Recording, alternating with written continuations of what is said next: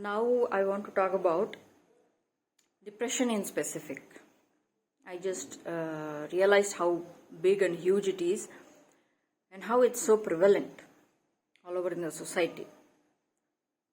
It doesn't have to be at a diagnosis level or treatment level, medication level, or severe enough to go into psychosis and all that. The spiritual reality of depression, something I have discovered when for the first time in my life, there was really no optimism in my life. All of a sudden, even as a child I survived. I've told my story. Even as a child I survived all the negativity and putting down and all that ill treatment around me, abuse around me. And even then, I never lost hope. Never. The first time I started losing hope and starting negativity is when the spiritual assassins started coming into my life and heavy magic was done. And it was as if, even though there was difficulties, there was always a way out earlier. And then all of a sudden, everything I do is like hitting a brick wall or I'm put in a corner. Even though it doesn't have to be that difficult. It was made by these forces, these evil energies around me so much, as if everything was hitting a brick wall, or every small thing, like even minutest thing of going out to purchase a bag of snacks, chips, something. It has to be so difficult and made so disappointing that it has to hit a brick wall or you are pushed into a corner. Like even the slightest thing was taken away from you, actually. So that's when for the first time in my life, parallelly they were doing all the magic, and then this person was abusing me, and that abuse was so personal and private to me. I was a very private person, and I already know I can't trust anybody around me.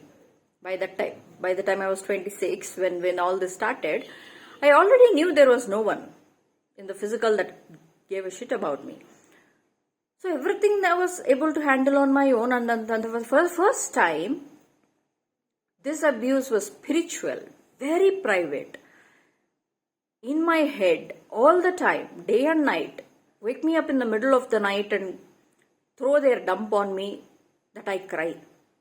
I never cried. Can you believe, even as a child, when I realized I was put in precarious situation that I somehow realized I don't belong in, I never cried. Never! I was that tough and I was that realistic about finding options out of my own ingenuity. And I started crying and all these things. So the projection was I was depressed because they were throwing their negativity onto me. But one beautiful thing I realized, and that which applies to every human around me, I've noticed and observed, is depression is nothing but spiritual alienation. When you are not being true to who you are, when your heart is aching and paining and saying, this is not who you are, you are something else, please don't, enough, please, this is not who you are. It's like a cry from inside. Whatever it was that you've ignored for long enough, or not paid attention to, or not put enough focus on and worked on, that was caused. That was the first thing I saw after this abuse started becoming more and more severe in my life. Because it was all private, right? In my sleep, an energy is coming and trying to violate me, scare me, or there is always an entity around me. At that point of time, I did not even know what it was fully. I had to literally go through it without knowing what it was. That is how God runs also, because by the time you finish your journey, you made it out, you fully understand God. You fully understand what it means to walk with God. That is what He wants. For you to have that much of faith. Because in the initial stages, it was all depression, nothing but darkness, depression, negativity. I was never that person. Never.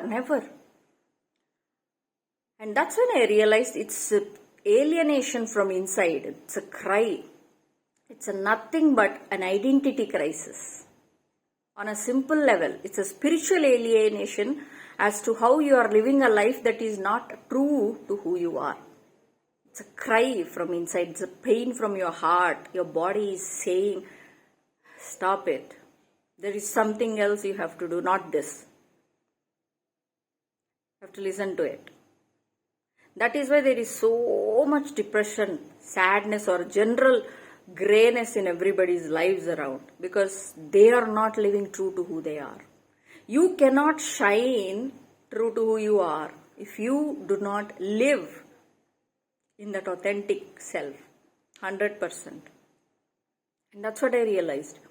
And even when I was studying masters, that's when that idea got strengthened, because as I looked at the symptoms and whatever this hangama was going on about diagnosis and all that, I have realized this has nothing to do with mind and all this, man. This is spiritual. This is ignoring who you are to an extent where your mind, body, everything collapses and says, come on, sit down. Sit down, sit down. It's time to start facing this darkness, whatever it is. Stop it. Stop. Like pause for a minute. You're running after something or going behind something, and that is not true. That is not who you are. That is not true to who you are.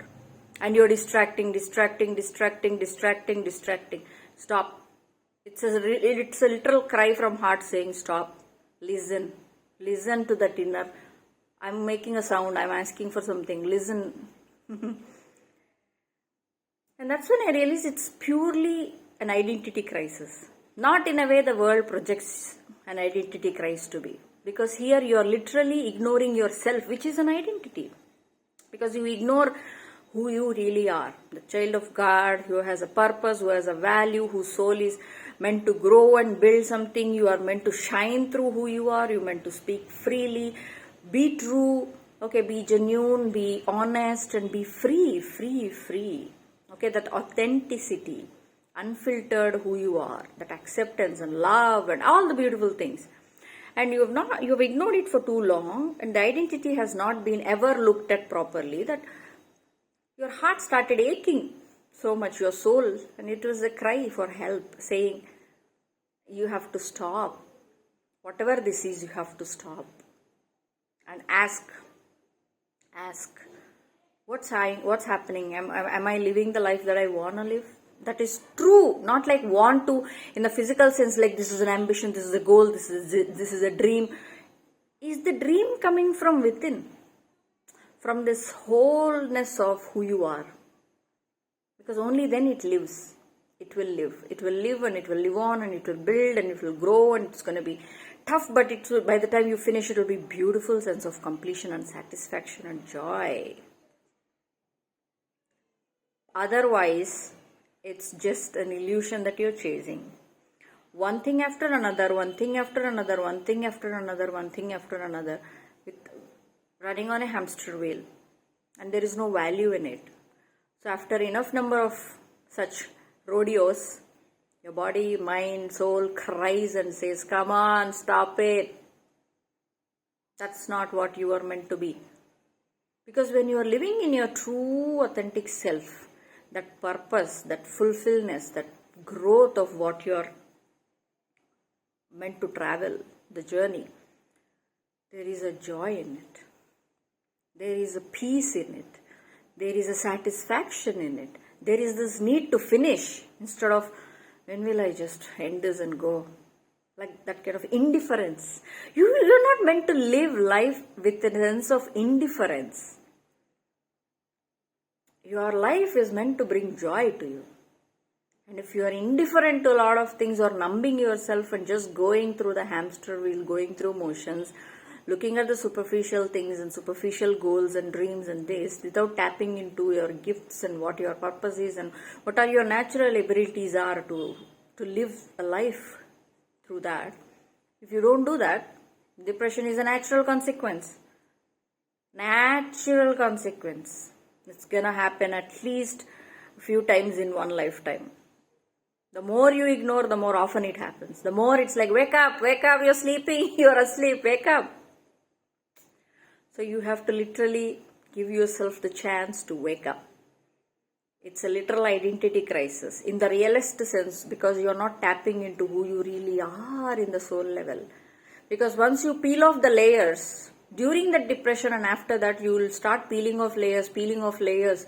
Okay, you can cry all you want, it doesn't matter, it's fine actually. And once you start healing and growing and peeling off those layers of superficial things that you learned either through childhood, society, culture, movies, this, that, whatever, you come into your beautiful self. There is a sense of satisfaction in finally seeing who you are and who you are not, and then there is this clear sense of what you want to do, what you don't want to do, and what is what and what is not, and all that. Then you go after something, or you achieve something, or you move towards a certain direction and take a journey and build. Then you start building. That is when the real beauty of joy and satisfaction comes from. You will invest in it, and the soul is satisfied, which means you are able to bring joy to yourself. Then finally, irrespective of what your day is like, at the end of the day, you will feel peace and joy and a sense of satisfaction in your soul. There is no room for depression, because you are living in your true self. You are expressing your life as a result, as it's a canvas in which you are painting your own dream, true to who you are. Now that's why you should never waste your time comparing your life or yourself with others at all. Imagine these clones, they spend their entire lives copying other people, desperately trying to wear other people's lives, skin and energy. Imagine how much you have to be disconnected with who you are and reject who you are. You don't even want to look at yourself in the mirror, so much that you would rather wear somebody else's energy.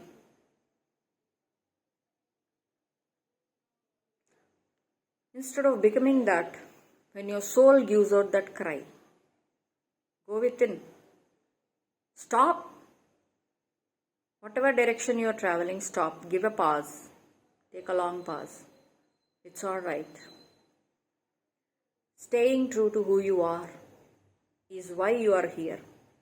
Everybody has their journey, their abilities, their capabilities, their capacities, their journeys, their gifts, their paths. Don't ever waste your energy, time, effort, attention on things that doesn't actually concern you, that doesn't build you, that doesn't grow you. Anything that's trying to put you down or break you down or take you away from your peaceful sleep at night is something that is not true to you. Question it, dismantle it, break it down if it's not good for you, and walk away from it, whatever it is. Learn to make those decisions. That's what this peeling of layers means. And once you lift off, the depression automatically lifts. Don't use medication, don't go outside for help. It's a spiritual crisis actually.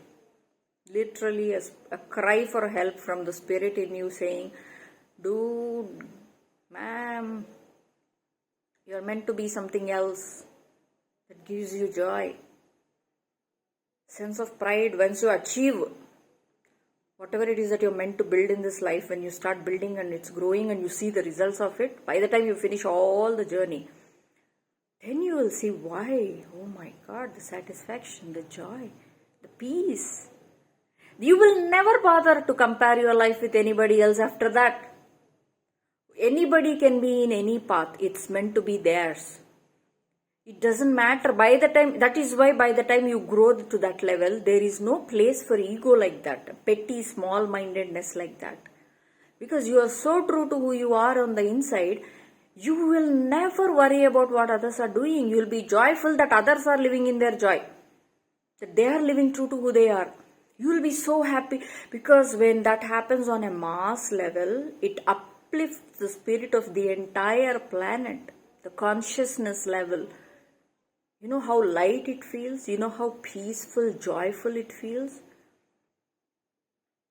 There is no room for fear and worry and anxiety and sleeplessness and taking medications to numb the pain and taking external things to numb the pain and numb the call for who you are. No, there is no need for any of that. There is a sense of no hurry also. You build steadily. It will take a long time, but it will be worth it, and you're going to be happy about it, because look around you. You will be able to recognize people who are living in the truth and who are living a lie. By the time you reach that place, you'll be able to differentiate who is living a lie, who is living a truth. From the way they are. From the way they are. You don't even have to speak to them.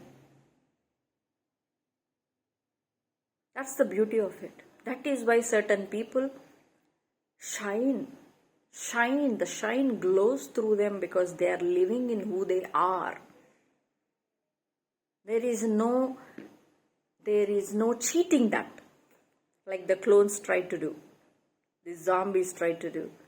No way you can cheat it. You may cheat the looks with all the plastic surgeries and all that external decorations.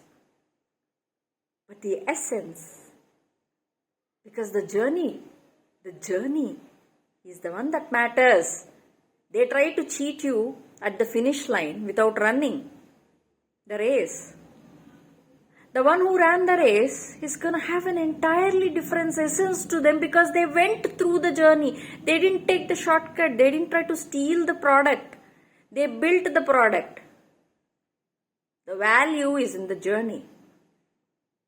And you will know when a person, you see them, whether they are living the journey, whether they came through the journey and living the truth, or whether they are trying to cheat their way out of it and are miserable about their lives, that they are doing everything but doing their inner work. And that comes out through the depression, the sadness or joy. The general sadness or grayness to the life, or general joy to the life. You will see, you will be able to see, because you went through it. You didn't try to go around it or under it or up it as this and that. You went through it. You had the guts to go through it and come out the other side, which is very small portion of people do. You did it. And that's why you will recognize it when you see it. You will know it. And that's a beautiful thing. Because weeding out nasty energies will be very easy after that. The nastiness will stick with nastiness. It will choose nastiness. So they will stay in their level. By the time you are so elevated on your soul level that you will automatically reject those kind of levels. You know.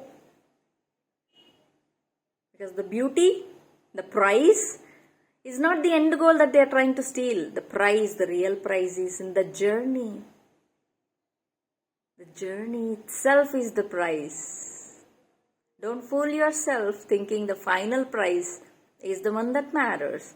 It's just a milestone. But the journey, the one you go through without making excuses or complaints, that's the beauty of it. That is where you build who you are while you are peeling off what you are not.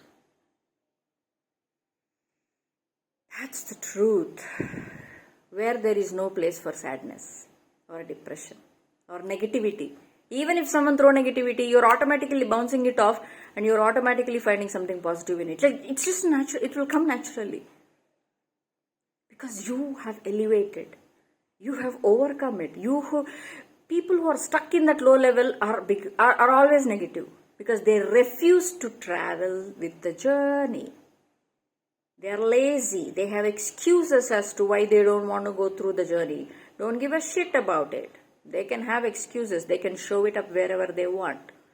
You go through the journey, because then you will see why certain things are always negative. Why certain creatures are always stuck in certain rut, dirty, ugly places. And you will leave them there. Let them stink there itself. Live in it. Because it's their stink and they refuse to leave. That's not your problem. You will see it very clearly. And then you are least bothered about it. You have better things and you have grown and you see the beauty, positivity in it. You know why? Because you've traveled. You took the journey. You took it by the horns, irrespective of the challenges. You didn't stop. You didn't say. You didn't finish until you finish. And that's what made you who you are now. In that place, there is no place for sadness or depression or darkness or negativity. No, no, no, no, no. You know better than that. You already know better than that. Automatically. You don't even entertain the negativity because it's not worth it. It's only for people who refuse to grow. Period. So when depression or sadness sets in, the darkness sets in, there is a cry, don't distract by loudness around you, because depression calls for that loneliness and seclusion and silencing. The silence, solitude. It's saying something. Listen. Don't distract with loudness. Sit with it, sit with it, sit with it. It's uncomfortable.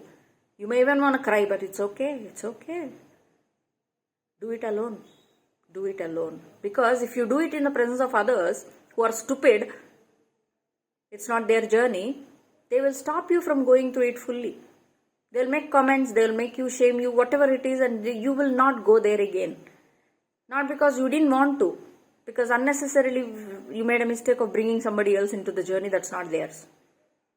And they stopped you from growing. They pulled you down to their level. They refuse to let you go because you are growing, you are choosing to grow. So why all that nonsense? Do it alone, it's okay, it's okay. It's meant to be that way, because only then you will realize your strength, otherwise how? Do it alone. Yes, it's okay. It's okay. Then you will realize by the end of the journey, like I realized, you are not alone. The God, the one who wishes the best for you, is right there. It's just not in the physical form. Then you will never be depressed, sad, angry. Never, never. You will never go to that low level ever again after that. Because you have seen something else. You have seen something from which there is no turning back. And it's too precious to give up for low level petty things. Cheap, loser things. You are a winner. You will realize that. So take that heed and the cry for help as a spiritual wake-up call.